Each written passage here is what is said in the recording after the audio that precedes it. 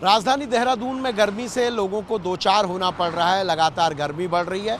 बीते 24 घंटे में प्रदेश में रुड़की में 41 डिग्री से ज़्यादा टेम्परेचर नोट किया गया है, तो वहीं कुमाऊं में पंतनगर में करीब 39 डिग्री टेम्परेचर नोट किया गया है।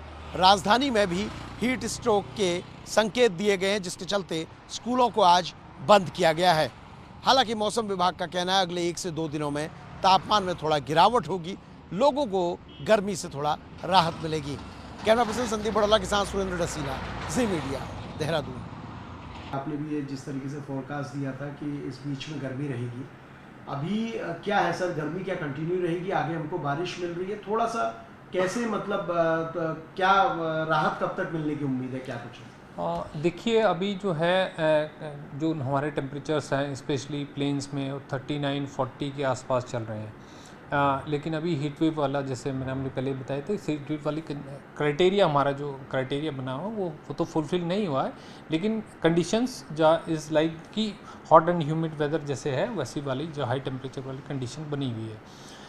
लेकिन जैसे आज 27 तारीख है, तो हम अगले 24 घंटे में कुछ जगह पे जो है, ख़ास तौर से पहाड़ी जनपदों में कुछ जगह पे हम कहीं कहीं पे हल्की से बहुत हल्की बारिश की उम्मीद कर रहे हैं। और उसके 24 घंटे के बाद 28 तारीख से थोड़ी एक्टिविटी और बढ़ जाएगी। ख़ास तौर से जो नॉर्थ के हमारे जनपद है उसमें ज़्यादा होगा, बाकी जगह पे कम। तो ये 29-30 में ये एक्टिविटी और बढ़ जाएगा जो हम उम्मीद कर रहे हैं। तो इसमें ख़ास तौर से जो है, जो ये हमारे ज़िले हैं ऊपर नॉर्थ में, जैसे मैंने बताया 28 तारीख में, तो वहाँ पे हल्की से मध्यम दर्जे की बारिश, और बाकी जगह पे कहीं कहीं पे हमको हल्की से मध्यम दर्जे की बारिश। 29-30 में हम लगभग सभी जगह पे जो है, अनेक स्थानों पे जो है, हम ये इसी तरह की बारिश का पैटर्न देख सकते हैं। तो इन्हीं सब के मद्देनज़र हमने वार्निंग भी इशू करी है, ख़ास तौर से जो है हेल की वजह से हेल के चांसेस भी 28-29 तारीख में बन रहा है। और बाकी तेज़ हवाएं, जो 40 से 50 किलोमीटर की तेज़ हवाएं और इंटेंस रेन के कुछ स्पेल्स हो सकते हैं कुछ जगहों पे। सेंसिटिव जो हमारे ख़ास तौर से जनपद है नॉर्थ में, और उनसे लगे हुए जो देहरादून हो गया, टिहरी हो गया, ये बागेश्वर हो गया, और नैनीताल जो ज़िले हैं, इसमें कहीं कहीं पे हेल के चांसेस हमारे को ऐसा लग रहा है कि बन सकते हैं। बाकी हमने येलो अलर्ट जो है तेज़ हवाओं का और बिजली गिरने के जो चांसेस है, वो हम लगभग सभी जगह अगले 3-4 दिन के लिए दिया हुआ है वार्निंग। अभी जो हमारा ERF वो एक्सटेंडेड रेंज फोरकास्ट होता है सर, तो उसमें तो नॉर्मल के आसपास दिखा रहा है, लेकिन असली जो है हमारे को 30 और 1 तारीख में फोरकास्ट जो मिलेगा, उसमें जैसे ये टेम्परेचर भी है ना, अब ये हमको मैक्सिमम जो है रुड़की में मिला है, तो रुड़की ये में 41 मिला है कल। तो बाकी जगह हम अगर अभी देखें ना, पिछले 4-5 दिन से जैसे हमने पहले भी फोरकास्ट में बताया था कि तरफ नहीं जा रहे थे, क्योंकि 4-5 दिन में 5 दिन में अगर 2 डिग्री बढ़ रहा है तो वो बहुत ज़्यादा नहीं, क्योंकि 40 डिग्री रुड़की में काफ़ी दिन से आ रहा था, 4-5 दिन से कंटिन्यू आ ही रहा था, 39-40, और कल हमको 41 मिला है। बाकी जगह भी जैसे हमको देहरादून में 39 हैं, नहीं, मैं आपको एक और चीज़ दिखाते हैं फिर। मुक्तेश्वर में पहले टेम्परेचर कम रहते थे, अब टेम्परेचर ज़्यादा होने लगे। क्या ग्लोबल वार्मिंग एक रीज़न हो सकता है, या अब जनसंख्या बढ़ गई है, गाड़ियाँ बढ़ गई हैं, ये सब चीज़ें? देखिए सर, एक तो पिछले 24 घंटे में गर्मी के किस तरह के आंकड़े हैं, किन जगह पर आपको लगता है कि टेम्परेचर हाई हुआ है, कहाँ की क्या स्थिति है सर? देखिए, मैक्सिमम पिछली 24 घंटे में जो मैक्सिमम टेम्परेचर मिला है वो रुड़की में मिला है हमारे को। बाकी जगह हम वो 41 डिग्री रहा है।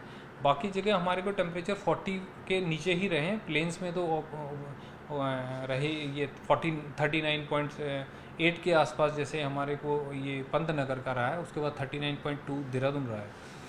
जैसे आप कह रहे हैं कि टेम्परेचर में ये जो राइज़ है ऐसा है, देखिए जो ये टेम्परेचर है ना, ये अप्रैल में अगर हम पिछला रिकॉर्ड देखें तो हाईएस्ट एवर टेम्परेचर अप्रैल में जो है हमको 40.8 भी आया है। मतलब कि अभी हमारे को 40 के नीचे है, लेकिन 40 के ऊपर भी टेम्परेचर आया है। कहने का मतलब ये अप्रैल के मंथ में 2009 में हमको मिला है। 1970 में मिला है, 2009 में 2 बार हमको ये रिकॉर्ड हुआ है। इसी तरह से 1970 में मतलब 4 ऐसे कम से कम हमारे पास जो है ये 7 इवेंट ऐसे हैं इससे पहले भी जो इससे ज़्यादा टेम्परेचर रिकॉर्ड हुए यहाँ पे। तो मैं ये इसीलिए ये बताना चाह रहा था कि ऐसा नहीं कि ये हाईएस्ट है, 1970s में और 2009 के आसपास भी हमको ये टेम्परेचर मिले हैं। तो अभी जो आप बता रहे हैं कि राइज दिख रहा है, हाँ राइज कुछ जगह जो हमारे पिछले कुछ स्टडीज़ थी उसमें तो था कि इसमें राइज है, लेकिन ये जो है एज सच इतना ज़्यादा नहीं है। जैसे मैंने आपको बताया कि कंपैरिजन अगर हम पिछले डाटा से करें और पिछले जो हमारे पिछले 20 साल का डाटा है, 25 साल का डाटा, उतना ज़्यादा राइज हमको नहीं दिख रहा है। और हाईएस्ट एवर में भी ये अभी 7 हमारे पास रिकॉर्ड ऐसे हैं जो इससे ज़्यादा टेम्परेचर हमारे को मिले हैं, चाहे यहाँ का हो चाहे पंतनगर का डाटा हो, जहाँ पे कि हमारे को सबसे ज़्यादा या रुड़की का जैसे हमको यहाँ पे सबसे ज़्यादा डाटा मिला है। तो ये जो है अगर लॉन्ग टाइम टर्म सीरीज़ हम जो एनालिसिस हमने पीछे करी है उसमें कुछ राइज दिखे हैं, लेकिन अप्रिशिएबल राइज नहीं दिखा है। सर चाहता हूँ कि वो आ रहे हैं तो ये चीज़ें क्वेश्चन कर रहे हैं। देखिए अभी जो है बाद में बहुत अच्छा क्वेश्चन किया है। ये अभी टेम्परेचर सिर्फ ऐसा नहीं है कि प्लेन्स में ही बढ़े हैं, टेम्परेचर जो है पहाड़ों में भी काफ़ी राइज देखने को मिला है। जो है जो डिपार्चर नॉर्मल से डिपार्चर पहाड़ों में डिपार्चर अगर नॉर्मल से हम देखें तो 5-5, 6-6 डिग्री वहाँ पे देखने को मिला है। तो वहाँ पे ज़्यादा फील वहाँ पे ज़्यादा हो सकता है, चाहे दिन का टेम्परेचर है चाहे रात का टेम्परेचर। वहाँ रात के टेम्परेचर में भी वेरिएशन जैसे दिखा है, जैसे मसूरी वगैरह में 4 रात के टेम्परेचर में 4 डिग्री का डिपार्चर दिखा है, दिन में 6 डिग्री का ऐसे।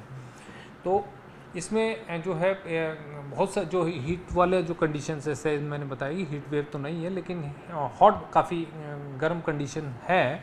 तो इसमें जो प्रिकॉशंस लेनी होती है ख़ास तौर से आपको सबसे ज़्यादा है कि आपको अवॉइड करना है, धूप में निकलने को अवॉइड ही करना है।